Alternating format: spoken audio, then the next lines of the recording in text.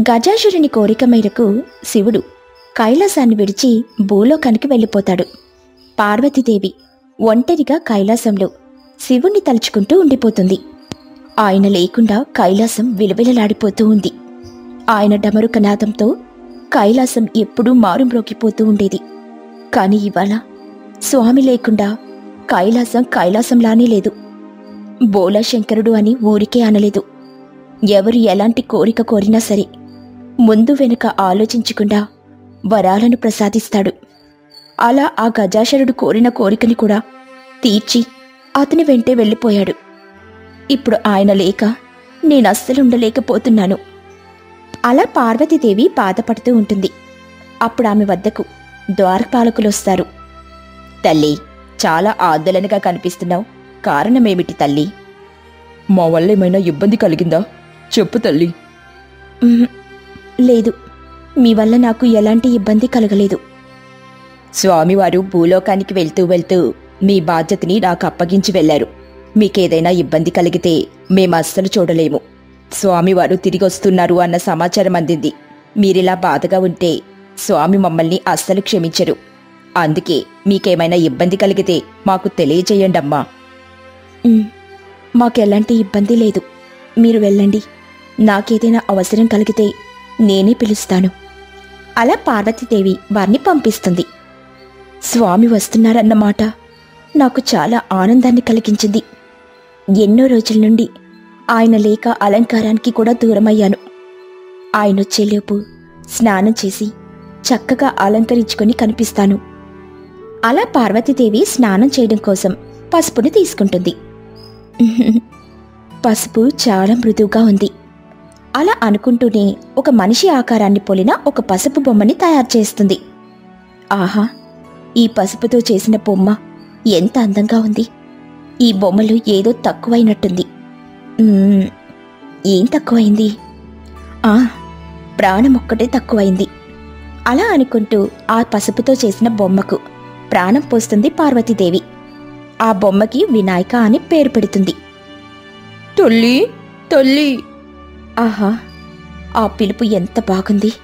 సకల జీవరాశులకు తల్లిని నేనే అయినా ఇంత అద్భుతంగా ఎవ్వరూ నన్ను పిలవలేదు.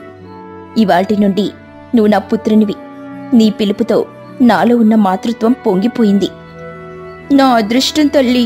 చెప్పండి తల్లి, నన్నేం చేయమంటారు? ఆజ్ఞివ్వండి. అప్పుడే ఈ తల్లి బాధ్యతని తీసుకున్నావా? మరి తల్లి బాగోగులు చూసుకోవడమే కదా పుత్రుని ప్రథమ కర్తవ్యం. నేను స్నానానికి వెళ్తున్నాను. ఎవరొచ్చినా లోపలికి మాత్రం రానివ్వకు. ఎంతటి వారైనా సరే ద్వారం వద్దనే ఆపేయి. అలాగే అమ్మా. నీకిప్పుడు సకల శక్తుల్ని ప్రసాదిస్తున్నాను. ఈ శక్తులతో నువ్వు ఎలాంటి బలవంతులైనా ఎదుర్కొనగలవు. అలా పార్వతీదేవి వినాయకునికి సకల శక్తుల్ని ప్రసాదిస్తుంది. ఆ శక్తులతో వినాయకుడు శక్తివంతుడిగా మారిపోతాడు. అలా శక్తుల్ని ప్రసాదించి పార్వతీదేవి స్నానానికి వెళ్తుంది. అమ్మ స్నానానికి అస్సలు భంగం కలగడానికి వీల్లేదు. ఇక్కడే ఉండి కాపలా కాస్తుంటాను. అలా వినాయకుడు నిష్టగా కాపలా కాస్తూ ఉంటాడు. అప్పుడు శివుడు కైలాసానికి తిరిగి వస్తాడు. యథావిధిగా లోపలికి వెళ్ళిపోతూ ఉంటాడు. ఆగు! ఎవరు నువ్వు? ఇలా నా అనుమతి లేకుండా లోపలికెళ్ళడానికి నీకెంత ధైర్యం? నా కైలాసానికి వెళ్ళడానికి నాకు అనుమతి కావాలా? నేను శివుణ్ణి. నువ్వెవరివైతే నాకెందుకు? మా అమ్మ నన్నిక్కడ తనకు కాపలా ఉండమని చెప్పింది. ఎలాంటి వారైనా సరే, ఎంతటి బలవంతులైనా సరే లోపలికి పంపొద్దని చెప్పింది. అమ్మా? ఎవరు మీ అమ్మ? మా అమ్మ పేరు పార్వతీదేవి, పర్వతరాజు పుత్రి. మాకెలాంటి పిల్లలు లేరు. చూస్తుంటే నువ్వేదో మాయాశక్తిలా ఉన్నావు. ఈ మాయాశక్తిని ఇప్పుడే నాశనం చేయాలి. ఇక్కడి నుండి వెళ్ళలేదంటే నా చేతిలో నీ అంతం తప్పదు. నన్నే అంత మాటంటావా? అంటూ శివుడు తన త్రిశూలంతో వినాయకుని తలని తీసేస్తాడు. అమ్మా! నా బిడ్డ పిలిచినట్టుంది. ఏదైనా కష్టం వచ్చినట్టుంది అంటూ వినాయకుని వద్ద ప్రత్యక్షమవుతుంది. వినాయక, ఏమిటి ఈ హృదయ విదారక దృశ్యం? ఇలా చేసిందెవరు?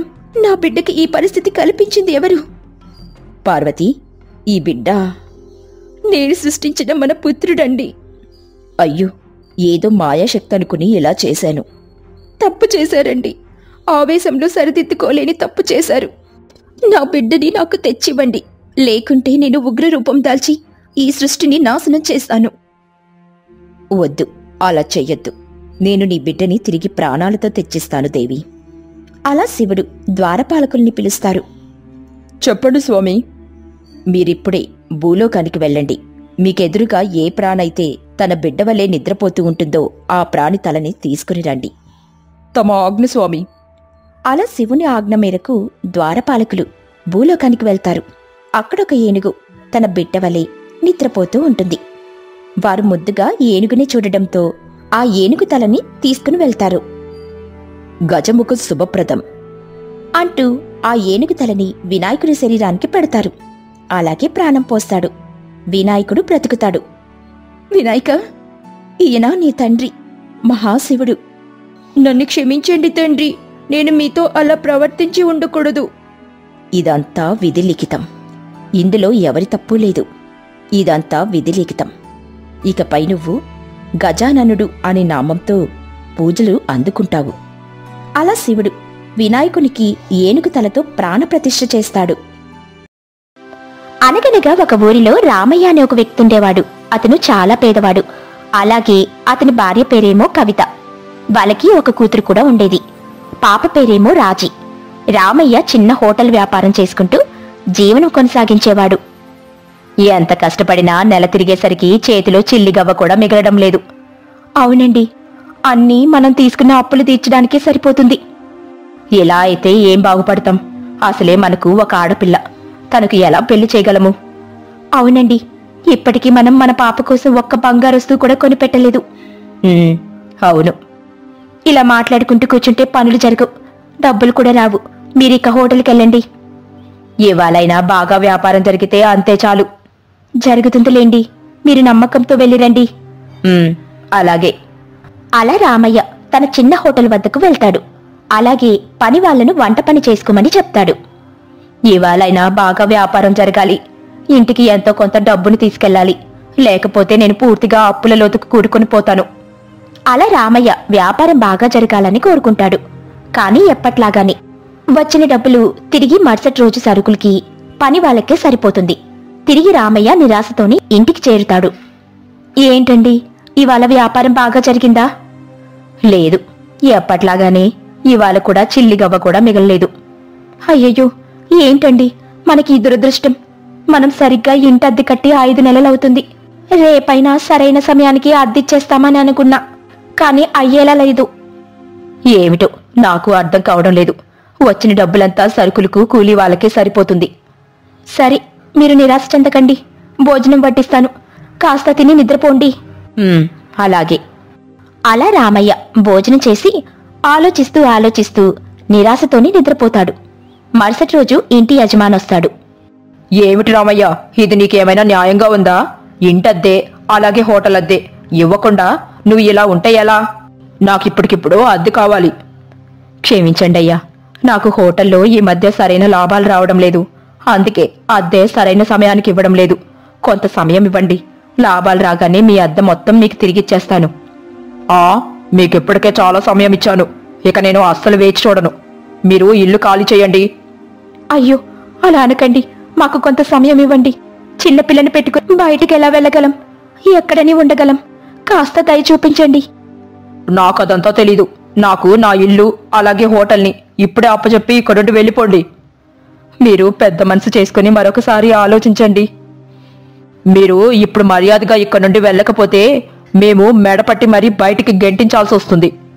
అలా యజమాని అనడంతో చేసేదేమీ లేక రామయ్య కుటుంబంతో బయటికి వెళ్ళిపోతాడు.